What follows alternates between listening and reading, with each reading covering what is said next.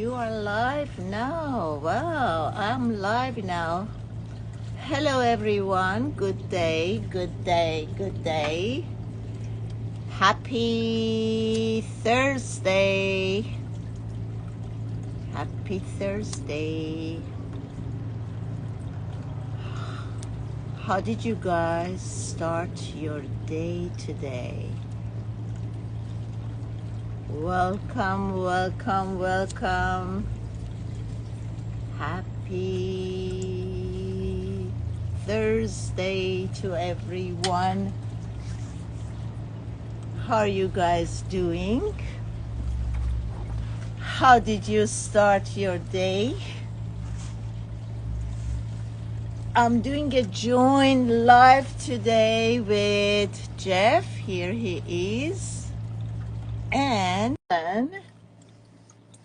so the topic of the day is, good morning, Jeff. Good morning. How are you? Doing all right. How are you?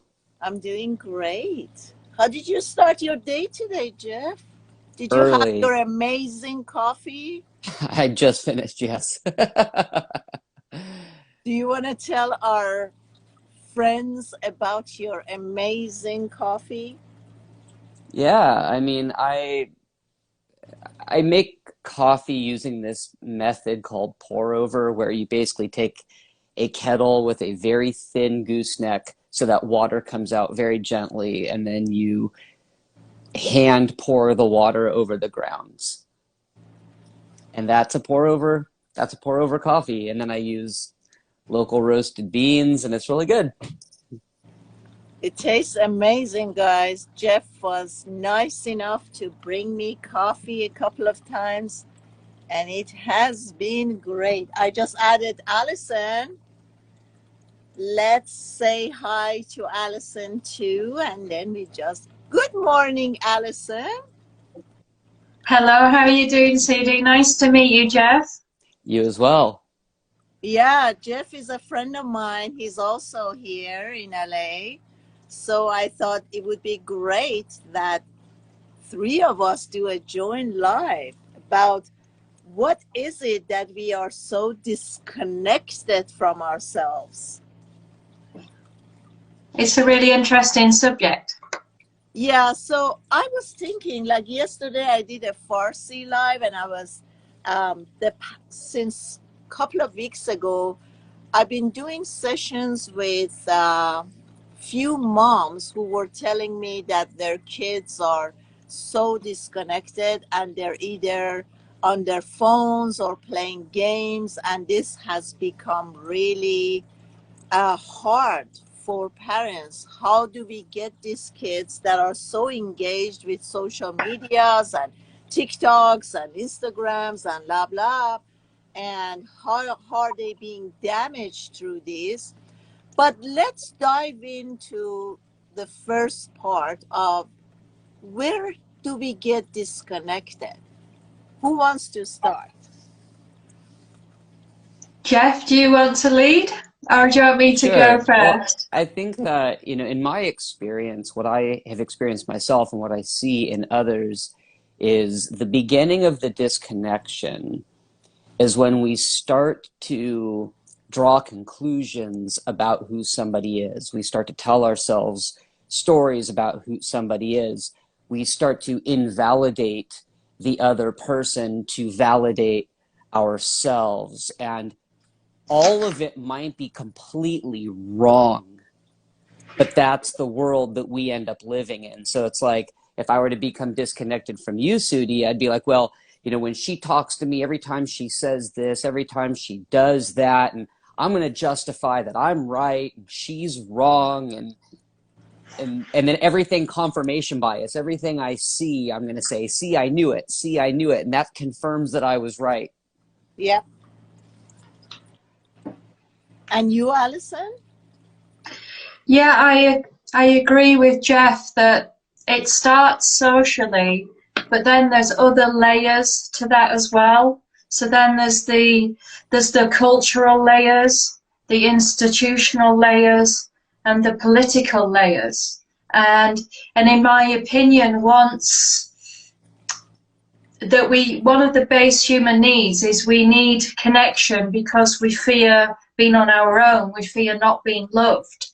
So we've got that resistance, pressure, that sort of societal need for conformity and to fit in.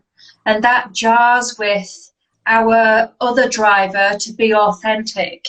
So I agree with Jeff, and then I think there's other layers that form outside of that as well, which it becomes then very complex. But we then step away from our authentic self because of that need and that want to fit in and to be loved, which is, that's where it's incongruent, if you see where I'm coming from, Sudi. Absolutely, yes, yes. Can I add something to that? No, And this Jeff, is where things get... No, Jeff, you talked enough. And where things can get a little bit contentious is I would even take that a little bit further and say it's not always the individual's desire to fit in with the group. Oftentimes it's the group's demand of the individual to conform to the group. And then you have friction and you have conflict. Yeah, I totally agree, Jeff. There is that wider, it starts with your family, it starts with your peers, colleagues, and then it's that ripple effect. Yeah. So I always come from my part of spirituality, and I often say, the minute we separate ourselves from the wholeness, I actually talked about this. I told my followers yesterday on my first Instagram, I said, what I'm going to say today is redundant. I have been saying it over and over and over. And I often talk about when we look at ourselves as human beings, how many layers do we have? And if we can look at ourselves in so many different ways, like, for instance, I don't know if I'm right or wrong, I said, well, if you divide yourself in two parts, one part of you is this amazing, complicated mind or your brain, and behind it is your ego, and the other side is your heart, and we so often talk about heart connections and love, and then behind this lens of your heart is your soul. So this could be one way, but I often talk about the old four departments of us, like starting from the top, the spiritual body, mental body, emotional body, and then physical body. And it starts from the top, like when I believe I never really accepted myself fully and loved myself and felt deserving until that click of that I got that aha moment that, oh my God, I'm one with everything. So I think maybe it's very hard from our mind to really, the ego mind, not to separate us from everything, the nature, other humans, animals, insects, blah, blah, blah. It's very hard that we don't feel like we are not one. So what do you think about that, guys? I mean, I can jump in on that. I think for me, what you said about spirituality, like kind of the metaphysical and divine lens, we're all the same. We're all beings. And what has happened with, as social media has become so influential and proliferated to the degree that it has, is there has been more and more subdivision in refinement and segmentation of people into groups. And, historically, it's like that was something we fought against. We fought against kind of segmenting people into different little groups and saying, wait a minute, we're all humans, we're all the same. And as far as rights and privileges and being connected spiritually, we all should be equal. And now what has happened is we have segmented and further subdivided people further and further and further. So whether it's gender or race or, it could be your religious background or your sexuality or your diet, whatever it is, and on and on and on, your age bracket, it doesn't matter. You're in this group, well, I'm in this group, and so we're different. And now there's reasons to look for differences between groups rather than focusing on the core similarities between us spiritually. Yeah, I'd agree, Jeff. And Sudi, we've touched on, and I have to be careful and sensitive what I say, but that reason behind that global fear, and that's what Jeff is identifying. Because if we are subdivided and we're segmented, then there's less strength. And we've touched on this a few times in that propagation of fear. Mm-hmm. And that is really powerful. And that is why we end up with all of these subcompartments, because society likes to put us in compartments. I don't like labels. This is what I've said previously. Yes, I understand if people need to find a coach, they need a label, but that doesn't define who I am. It doesn't define what I do. It doesn't define my beliefs and my values. So societally, we need a certain area to fit in, but outside of that, what's the purpose? We look at the purpose behind that and what's that driver, because we have more uniformity when we are one. And as Jeff and you have identified, we all have that consciousness. And that's what's really powerful when we bring that together. So now that we are, the majority of us feeling isolated, feeling lonely, and we're kind of confused about who we are, how can we reconnect to ourselves, to our true selves?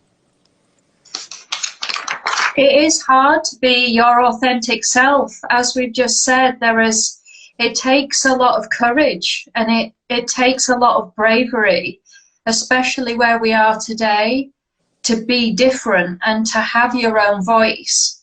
And it does take a lot of courage because, as we've said, that wider acceptance, there's a lot of resistance there. I'm not sure how Jeff feels, but that's my own personal view. Being authentic, it takes a different level of tenacity and a different level of courage to take that forward and stand and use your voice.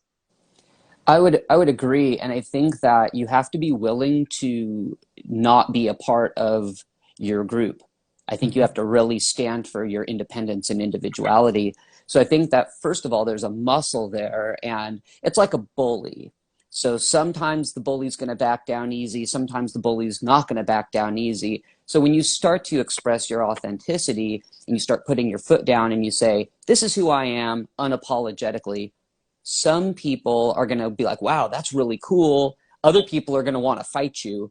So that's where that muscle needs to get flexed. And, you just got to flex it and condition it over time. Again, I said sometimes you have to separate from the group. So for me, this is very personal because I have a vegan diet.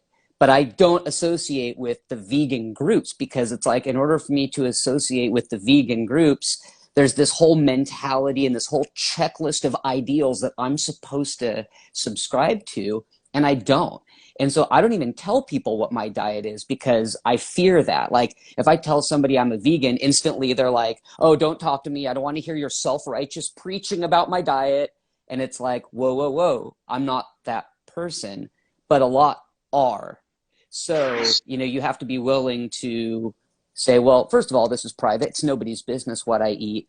And second of all, if I bring it up, often other people want to engage me. And so I often have to remind them after a time, like, hey, you brought this up. I didn't bring it up to you. Here's how I stand. Here are my beliefs and values. And you just get used to it over time, reinforcing that muscle to state your values, beliefs, and your independence.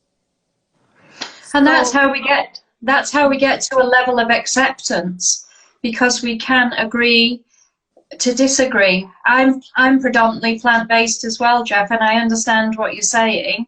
I'm not fully plant-based, but it does cause those things. And like you, I don't conform to a wider subset. Predominantly, it's for different reasons. But then again, the other side of that, and if we reframe it, why do we need to justify ourselves? So it's just that, again, we're that yin and yang, and I'm more than willing to have a conversation to aid somebody's understanding, but I don't feel the need I have to justify myself. So again, it's that, because I'm quite accepting, I've got far more comfortable with who I am, especially over the last sort of 5-6 years. So now it's just like, well, hang on a minute, why do we need to have that conversation? You know, it's really about energy and how people connect. It would be interesting to see how Sudi thinks of that. Well, I'm really listening to you two, and I'm also in the same times, I had a flashback of a joint live that I did with someone, a psychiatrist, the other day. And I asked her, I said, you know, we can talk generally, but to give people tools, can you give me, like she was talking about this, using some word that is very common between psychologists, but other people don't understand the meaning of that word. So I asked her, I said, can you kind of give us some tools? Let's say someone comes to you, for a couple who have issues with addictions, or they have issues with, can you give me a breakdown, like what you do? So the whole conversation is like, I said, at the end, I said, can you give the followers something to take home to be useful as a tool, that they say, so I'm going to use this tool, or I'm going to use this practice to see how it does it work for me. Maybe it works for someone else. So my goal is to get more into that, like I am feeling extremely isolated. I'm so distant from who I am. So let's make it very practical and say, like, step 1, this, step 2, step 3. So I'm going to start with you, Jeff. I've got two things that are always at the top of my mind whenever there's a conflict of any kind that's causing a disconnection. Number one, I ask the question, how much of this do I own? And how much of this do I not own? I don't say how much is them. The language of the second half of that's very important. I don't go, you know, do I own this, and then do they own this? It's because then it's an adversarial conversation. I just say, how much of this do I own, and how much do I not own? Because there is some conflict that's going to be outside of you. The second thing I do is I use the word self-righteousness. I go, where am I being self-righteous? The self-righteous part, another way you could say that is, where am I invalidating the other person in order to validate myself? Those are two huge practical things that anyone can do. Number one, how much of this where do I own this? And where do I not own this? Jeff, we're not talking about anyone else. I'm just talking solely about me. I'm disconnected from myself. So step 1, break down the first step. When you said this has worked for me before, how much do I own, and how much is not? Break it down. What do you mean exactly by that? And what is the method to use it? That was more of a disconnection with somebody else. It's all about me. With a disconnection with myself, when trying to find authenticity, as we have discussed, I would say I explore the ugly thoughts. To me, that's the easiest way to get to ground zero, is to not, because we all have ugly thoughts, and then we make ourselves wrong for having them. If we act on them, that's different, but we're not bad for having them. So if we just say, okay, what are all the thoughts that are coming in, even the ugly ones? Let me just let them all happen, and you can write it down. Writing it down is fantastic, or if you can remember it all. And then you can really analyze where you are and how you think and feel about things. That's where I would start. So is this just about I'm feeling disconnected from myself? Yeah, yeah. Okay. So basically, correct me if I'm wrong. What you're saying is you're noticing the thoughts, and then but when the thought is telling you that you're separated from yourself, you're distant from yourself, you're aware of that thought, and then you don't go with it. You Right. don't. So, for example, like let's say a lot of people have like a self love issue. They don't love themselves enough. So, you can lie to yourself every day and say, oh, I love myself and my life's great and this, that, and the other. But if you get really honest, you go, wait a minute. I've got this ugly thought saying, I don't love myself. Let's just go there and let's accept that that thought's there. Well, now I can take action on that. Now I can do something about it rather than I think a lot of people, I know what I used to do, tend to block out the negative thoughts and only focus on the positive thoughts. And if you can allow the negative, ugly thoughts to exist without judgment and reaction, you could say, oh, I am having these thoughts about myself that are not positive, that are potentially destructive. Well, I know they're there. So now I've put a spotlight on them and I see them. And now I can attack them and actually build a stronger foundation underneath them. Okay, so I only want to stay in this, like I'm disconnected from myself.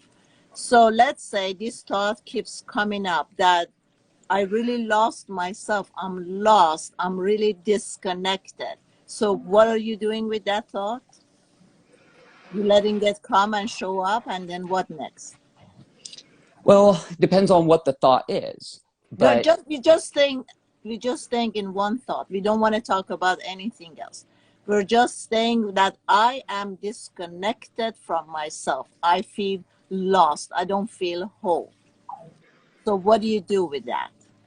well, I think a good strategy is to get outside of your head. So let's say you have that thought, you allow that thought to exist. Okay, I'm disconnected, I don't love myself, whatever. And then, or here's another one. Let's say you don't feel loved by No, no, others no, and you beat Jeff. yourself No, up. no, no. So Don't then add you anything hold else. on. Then you No, what I don't would add do, anything else. We just want to stay with one thing. I and feel then disconnected.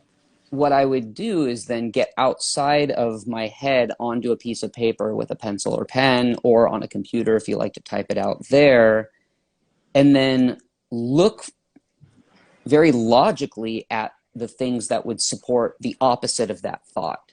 You'd say, well, wait a minute. I know that I'm this. I know that I'm that. I'm very certain of myself here. I'm very certain here. I'm connected here and here. And then what you can end up doing is end up trying to basically form a debate or logic argument against yourself. So you say, well, I'm having this thought that I'm disconnected, and that's my feeling.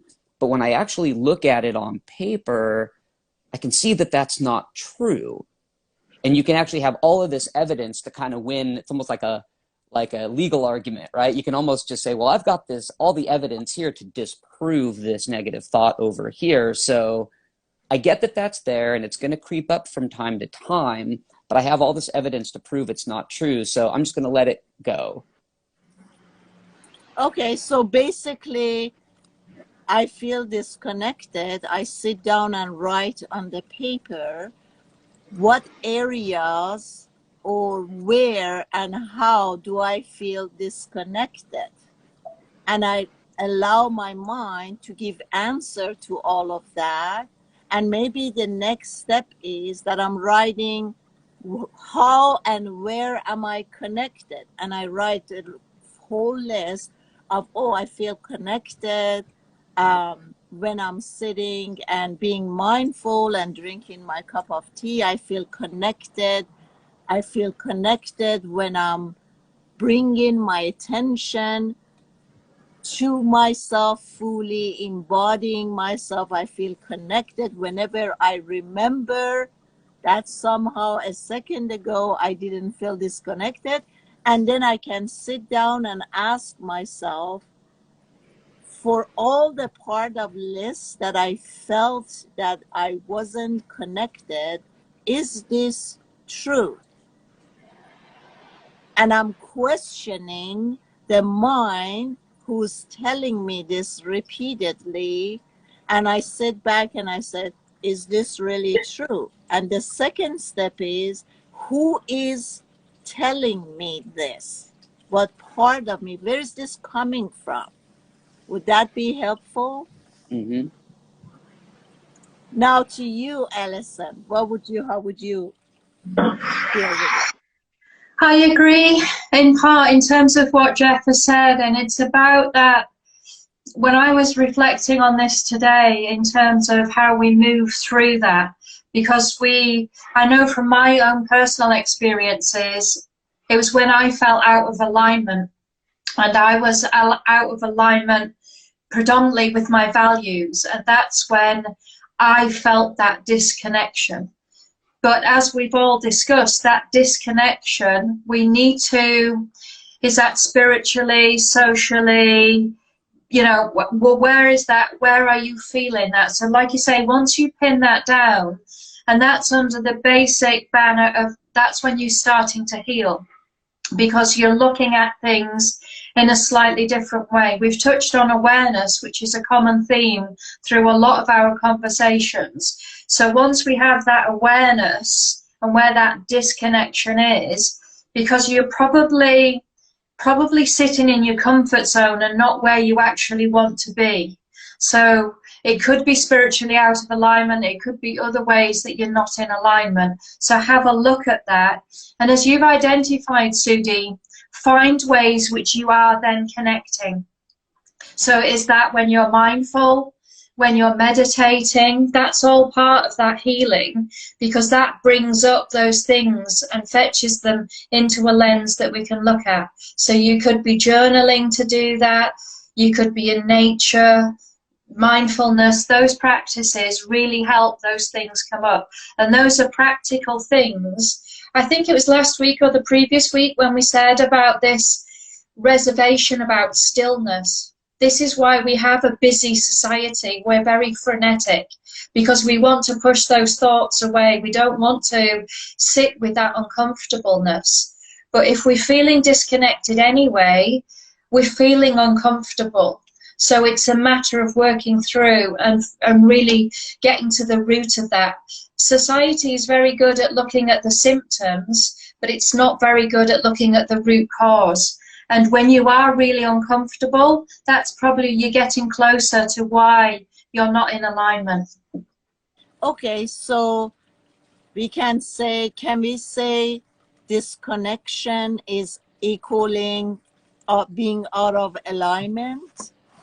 Well, that's how I would put it. It's a very simplistic one. I would love to know Jeff's views, but I would see it in a very simple way. It's you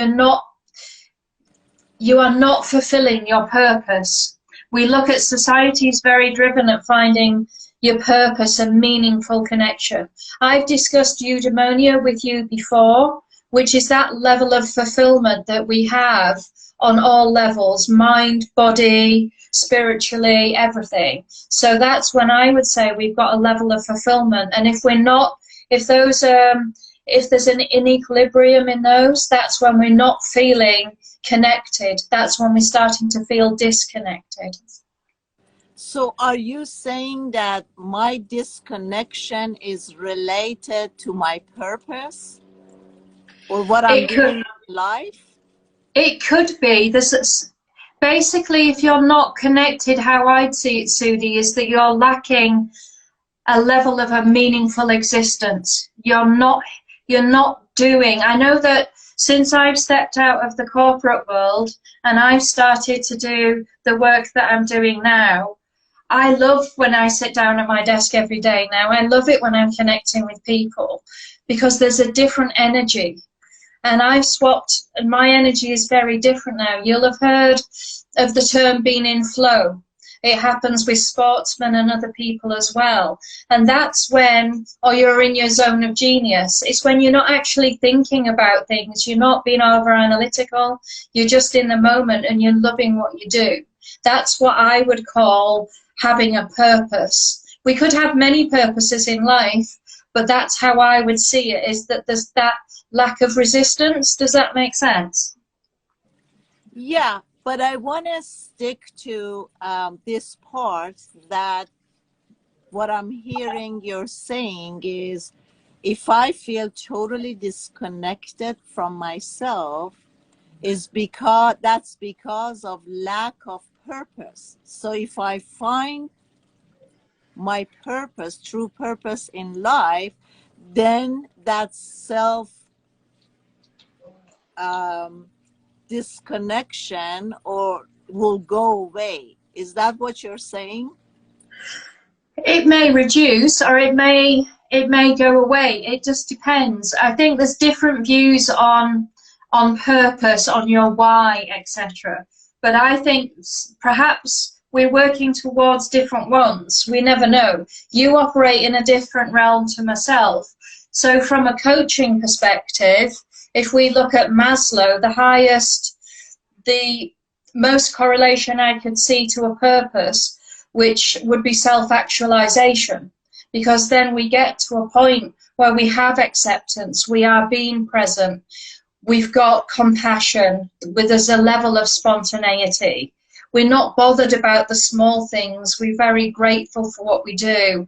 We're more concerned about other people. So from my perspective as a coach, and that's my framework, I would say in terms of self-actualization would be the closest I could see to being connected. I don't know if Jeff would have any views in terms of that. What I would bring into it and add to it is values, the term values. We all have values, and these could be very simple things that would cause connection or disconnection. So how about something simple like, I value waking up early. I value hard work. So if you value waking up early and you value hard work and you're sleeping in late and being lazy, you're going to start to feel very disconnected, because you're going to say, wait a minute, I'm not being me right now. If you value kindness and you start being mean to people, these things start to stack one on top of another. So again, as I said before, it's doing that work of getting out of your head and writing it down. Well, what are my values? Do I value waking up early? Do I value staying up, working up all night, like a night owl? And am I living my values? Because if you're not living your values, it's going to cause all sorts of internal confusion. But if you're living your values, you're like, well, I value kindness and I'm really kind to people. I value getting up early and I got up early today. And you start checking all of these things. You're using the word alignment. You can see how your behavior is aligned to your values, and that's going to give you a really grounded sense of self. Yeah, definitely. I'd see values as the term was it sword of discernment. You know that you are not compromising yourself if you're living within your values. Like mine are growth, contribution, authenticity. I know when I'm out of alignment, if I'm in an environment where I'm not being myself and I'm not being authentic, when I'm stepping away from that. So from what I heard from you, Alison, if you start to get to really know yourself, if you put time to start to really know who you are, that would be a step, then further step to now then see, are you connected or are you disconnected, right? So self-actualization is basically to really get deep and start knowing who I am. And from that point on, I'm going to get to my authentic true self rather than the false self that is made up by my mind ego. Yeah, that's what I'd say. And you're right, Sudi, it's important to give listeners a framework. So that's where I break it down. Jeff's identified very clearly the healing element, getting those things out, being aware of your thoughts, etc. The evolving bit is that bit you've just identified. Is then really, once you've got that awareness, you are then connecting with things that are important to you, and you're starting to make there can be difficult decisions, but there shouldn't be. But again, it's that spectrum. We touched on societal pressures, everything else at the beginning of the conversation. But once you become more confident in who you are, and you're not going to compromise yourself, that's when you're evolving and you're stepping closer towards your meaningful existence. Everybody will everybody will define that very differently, because everybody's a unique, beautiful human being if they have their own energy. This past week, I had a session with a girl that she had experienced anorexia, and she's been going up and down on her weight. She's on antidepressant medication from age 14. And now finally she has been gone to therapy and this and that, and she's still taking her medications and all that. So when I talk to her and I hear the whole story, I'm trying to dig in to see what happens in someone's childhood. She didn't have any recollection whatsoever about what happened to her or how was her environment. Age 4, age 5, age 6, age 7, age 8, 9. And I said, wouldn't that be strange if I can't remember anything about my childhood? And then we got to a step that, one memory came out and my parents are arguing and this and this and that. And then I was telling her, I said, sometimes the traumas that we go through, our brain makes a decision that is so traumatic that is just going to put it on a spam, and I'm not able to see them. But now, if we're dealing with someone who is at this point of her life and she's totally lost and disconnected, what do you guys think? So how would we go about it? Jeff, you want to start? Sure. I mean, there's kind of two, because we're talking about memories, you're talking about getting reconnected through healing the past, right? And dealing with past memories of events and traumas. Hold on one second. What I connected these two parts together is because she felt totally disconnected to a point that she has absolutely no memories of her childhood. Right. Yeah, she's disassociated because there's so much memory that's not there, right? There's trauma. Now, actually, I was having this discussion with somebody very recently, because two things tend to happen. There's either a memory that happens ontologically, like in language, like something happened and we put words to it, and that's something that either we remember or in some extreme cases we completely erase it altogether. But there's also physical memories, because our body memories are stored physically in our body. The memories or traumas that we have put language to, we have to really identify that. And working on your own can be really hard. A lot of times that's where a coach, or, if you want to use the word coach, or some guide can work with you. And you're going to get the best results being able to get that out of your head and say, well, these are the words that I have put to that event. So, everybody turned away from you and at one point, and you told yourself, well, I'm not lovable or something like that. The other thing, if it's physical, that's a lot harder to find, because if you have a physical trauma and you did not put words to it, that's buried in your physical body. Well, how are you going to get that to express itself if you don't have a pathway to it through the words that you gave to it? So in that case, I don't have good answers, because I think that, you could explore like maybe hypnotherapy, or somebody really digging, like if you have a really good coach that just keeps asking questions and digging and digging and digging and digging, like you did with your client, you might be able to find something and go, see, we found it, now we can work with it. But if you don't have that person to guide you, then I would say, various things like meditation, quieting the mind, hypnotherapy, and having that question of what happened, I'm searching for this, in your mind as you go into those spaces. So can we say major traumas can cause disconnection? I would say they certainly can, and as you've identified, Sudi, that is predominantly, that's the body's mechanism of protection, and that's what the body is designed to do. And I would say on that level, that's where you need a specialist. You need somebody either therapeutically or somebody like yourself, as Jeff has said, to really get to the symptom, the actual, not the symptom, but the root cause. And that can be very, very difficult to locate. And you have to be really careful when we talk about ecology and the impact.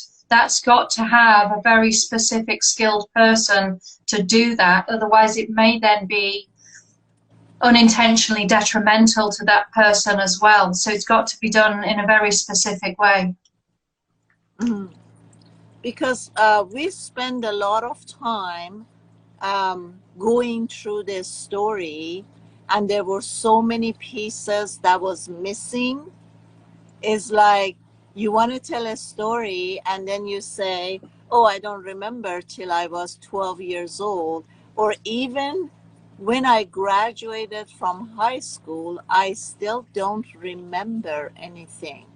So you really don't have, the client doesn't really give you anything to start off with. And I'm such a big believer that the first 7 years old are major, like the events that happen, how your mind translated those events, the meaning that your mind give it to. And it's very hard, but like I said, I kept digging in and digging in, a part of trauma showed up that it was devastating. And then she told me that she's been seeing a therapist since she was a little child, and different therapists, but nobody really was able to get anything out of, or in her opinion, it wasn't useful. So now I find out the major piece that is started the disconnection. So not, let's move on from there. Now, how do we go about reconnecting this person, this boy, to himself?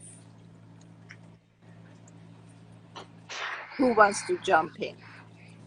I can jump in. Sorry, go, Allison, were you going to go? Yeah, I think Jeff and I have already touched on those things in terms of it's that that stillness, and it's everybody finds their own tools, we can give a toolbox, but it's definitely up to the client what's working best for them. But that could be mindfulness, it could be journaling, it could be meditation, because we need to, that's where that stillness, and you become more comfortable with stepping outside of the comfort zone. You then gain more confidence to be able to do that, and to then step closer towards your more authentic self. Jeff, what did you want to say? What I would say is that not in all cases, but in some cases, perhaps many, if we form a new neural pathway through repetition, we might be able to collapse the old memory. So if you had, I'm trying to think of a good example, but if you were to, let's say, feel like you were antisocial, And whatever happened, and you can't find it, you can't find the language, the story that you told yourself, you can't find the trauma that perhaps caused you to be antisocial, but you know you're antisocial and it causes you to feel disconnected with yourself and with other people. You could, through the very uncomfortable in the beginning practice, it's like working out a new muscle. You could go out there and, ideally with the encouragement and support of at least one other person, if not many, get out into the world, meet new people, learn something about new people, engage with people.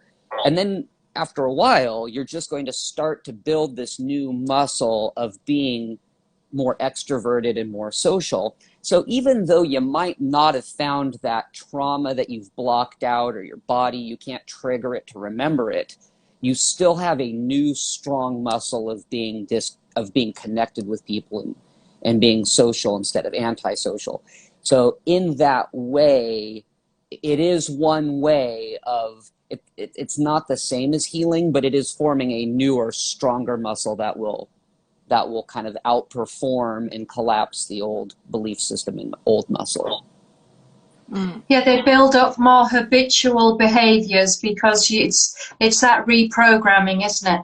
So they can eventually more intuitively be themselves, but that is, like you say, building up those pathways and then starting to, because our inner world colors the outer world, as we said, so it's looking at that lens and changing the color of it so they see the world differently. Yeah, and I come to this conclusion that it really depends individual. Like, I'm not for medication, but in this specific case, I left a message for his mom, and I said, she needs to be on her medication. We're not going to touch her medication right now. Because when it gets that deep, I cannot tell somebody who is so broken, who is experienced anorexia and is just about a place that she's so disconnected, life has absolutely no meaning. I can't tell her at that point, go and try to make a connection, maybe if in a middle level, which is a lot of people are there, this could work and it could be helpful. But when we're working with people who are so deeply manically depressed, they don't have the juice. I can't say, go make a connection or try to do this and that. So here's my question. And by the way, Marl is asking, does EFT works in this case? I let Allison respond to that. What do you think, Allison? Well, I'm not an expert in EFT, but I am aware that it's very effective. And as we've said, when we're client focused, which we are, and we're coming from a place of compassion, the client needs to work out what's best for them. So I don't feel, and I'm not dodging the question, I don't think I'm qualified enough, but I can say from experience, for people that have used EFT, they've found it exceptionally effective. So again, it's about working it through and what's best for you. And yeah, but here's the question. Science and all that, a lot of psychologists, Tony Robbins and Wayne Dyer, they all talk about this is amazing and it really works and that stuff.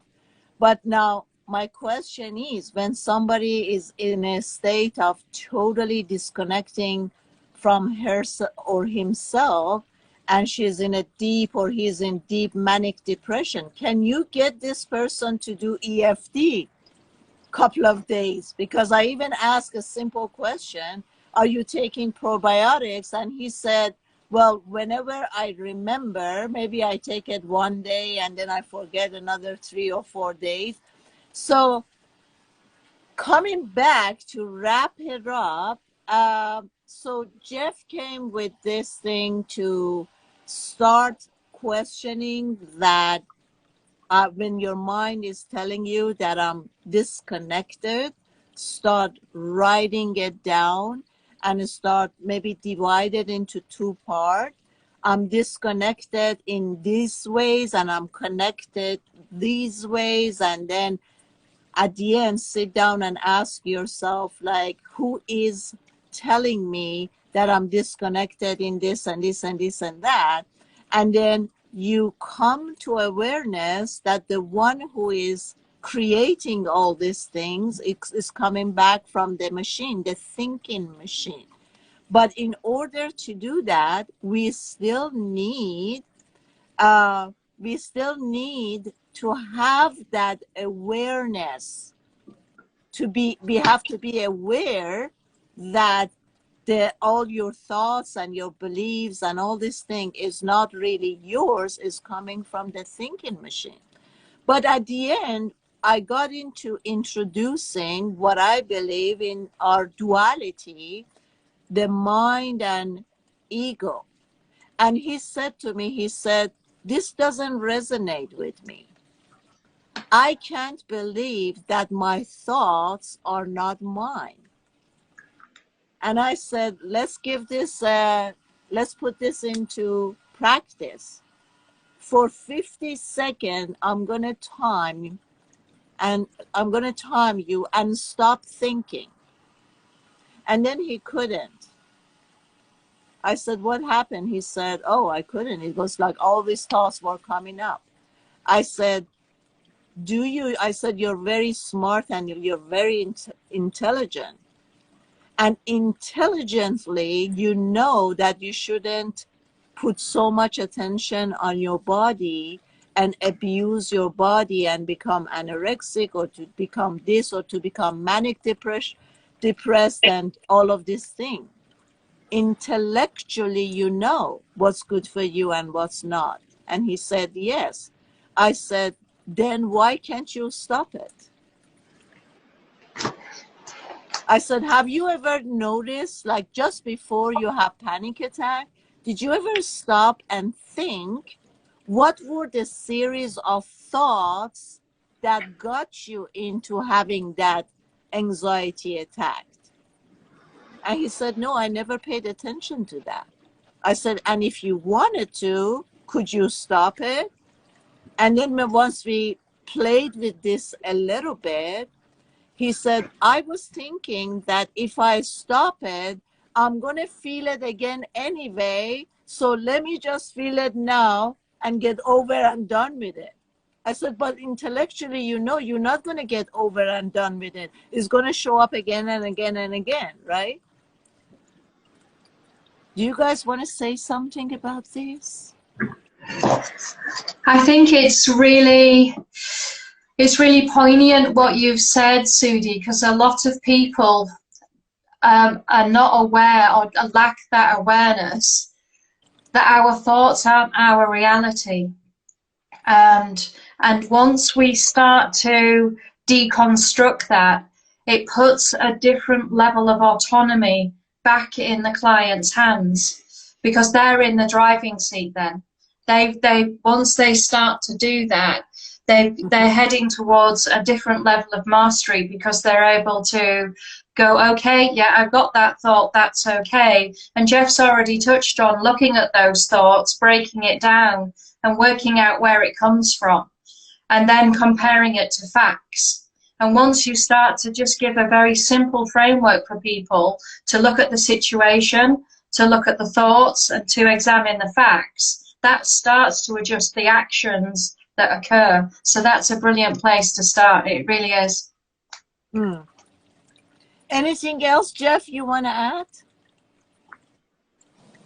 No, I mean, I think you said it. Like, a lot of people, including myself, we all wish that we could like do a one and done on our lives. You know, we just like, oh yeah, I'm going to make this magic shift. I'm going to have this new thought, or I'm going to choose this new path, and boom, we're done.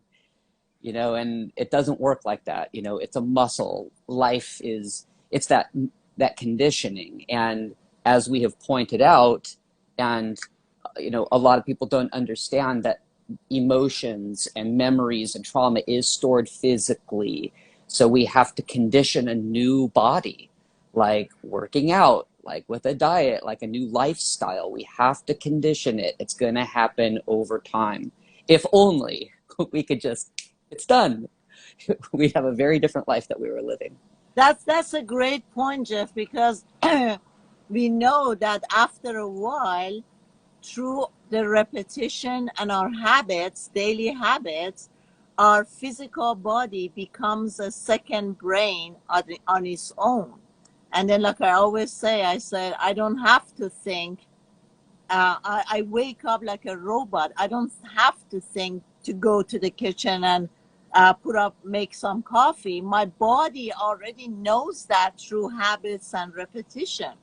So if we start changing one for one our environments, and if we start changing our habits, would that be useful? It's always useful. Well, I don't want to say it's always useful, but I think it's always good to question and examine if you're dissatisfied with where you are and want to grow. And most people want to grow, so that's the pathway to growth. Yeah, because I was talking about this a couple of days ago with some psychologists, and I said, well, if the body becomes through daily habitual becomes a second brain, so if I start changing my habits, because first thing in the morning, I wake up and my physical body has become addicted to feeling anxious, to feel and experience anxiety and restlessness. So now, somehow, I don't even need my brain to take me there, because my physical body is like, oh, I used to get up every day and being anxious and nervous and jump from out of my bed from anxiety. So where is it now? And then I said, then the physical body is telling the brain, I'm addicted. I need that feeling. And the brain start going through this and it's going to, oh, okay, hold on 1 second. I'm just going to give you your dose of stress and anxiousness. And it's going through the library of memories and boom, here you go. This is, you didn't pay your bill or you got fired or something is going to find to take you there. Yeah, that's a huge thing to identify. I mean, like when you learn that, it's almost mind-blowing when you understand that. Like we are all junkies. We're all junkies to the chemicals produced up here, the most powerful chemicals out there. It's not stuff that you buy out there in the world. It's what we're producing right up in here. And yeah, we're completely physically addicted to our own chemicals. So yeah, it's, you make that decision, like you said, like I'm depressed or I'm sad, and you say, well, I'm going to choose to be happy. And that's like the worst strategy, because what happens is if you don't understand going in that you have a physical addiction to anxiety and depression, then you're going to choose to be happy. You're going to fail. And then you're going to feel really bad. You're going to feel like that strategy doesn't work. And then you're not going to try it anymore. You've got to know that you're going to have to condition this over and over and over again through repetition, or you're not going to stick with it. It needs to become a discipline, doesn't it? It really has to take a level of consistency and discomfort, because it doesn't feel comfortable at first. You really have to take a different regime, and like I say, so it becomes habitual. Yeah, and I also think, like as Moral asked, she said, does EFT or tapping help?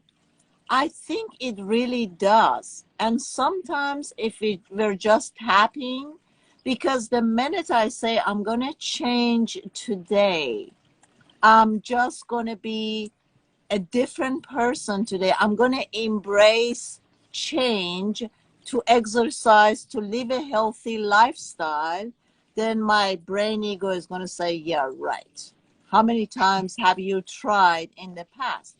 So if I tap and I say, even though I have been trying this technique days after days, years after years, and I never completed to live a healthy life, and I never ever did what I was thinking or wanting to do. Today is a new start. Today I'm gonna be choosing and embracing to live a happy, joyful lifestyle. So I think tapping really works. Jeff, did you ever tap? Yeah, well, I want to add something to that, though, because you're sitting here saying stuff, and that's a component, because a lot of times if people are going to tap, they're quiet, they're silent.